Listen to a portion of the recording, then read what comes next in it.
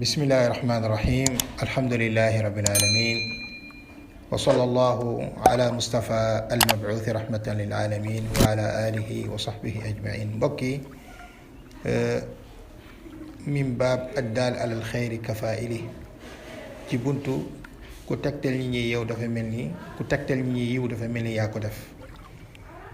di ñaax sama bopp di ñaax mbokk jullit ñi ni nañ yittewoo woor arafa bi nga xam ne moom mooy ajjuma muy suba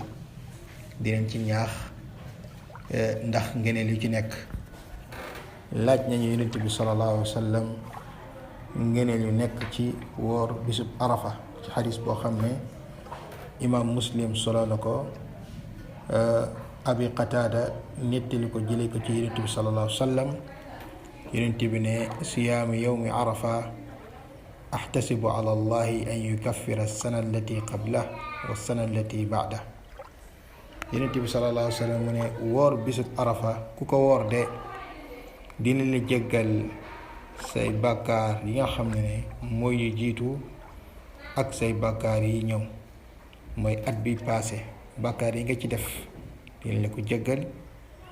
at bii di ñëwit bàkkaar yi nga ci def dina la ko jéggal naka nañu lay jéggalee ay bàkkaar yoo defagut muy at bii di ñëw yeneen borom xam-xam yi nee nañu wala bokk ñenn ci borom xam-xam yi nee nañu suñu borom dina defal tawfiq ba boo tàbbee ci bàkkaar yooyu dina defal tawfiq ba nga def ay asbaab yi nga xam ne mooy tax ñu daat lu ko jéggal kon nag bàkkaar yooyu ñu lay jéggal dafa doon ay bàkkaar yoo xamante ne bàkkaar yu ndaw la ndax borom bi subhanahu wa taala moo ñu dig ne képp ku moytu ko bàkkaar yu mag yi mu jéggal la bàkkaar yu ndaw yi in tajtanibu kabaira ma tunhawna anhu nukaffir ankum sayyi'atikum kon nag ni ki noonu borom xam-xam yëpp dëppoo nañ ne julli du tax ñu jéggal la bàkkaar yu mag woor du tax ñu jéggal la bàkkaar yu mag ni ki noonu aj lu gën a wër ci waxu borom xam-xam yi bàkkaar yu mag yooyu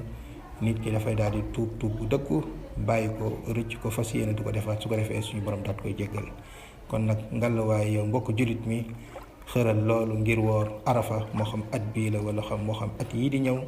ngir ngënal googu bañ laa raw yàlla rek a xam wallahu taala a'lam wa sallallahu ala mustafa al-mab'uuth rahmatan lil alamin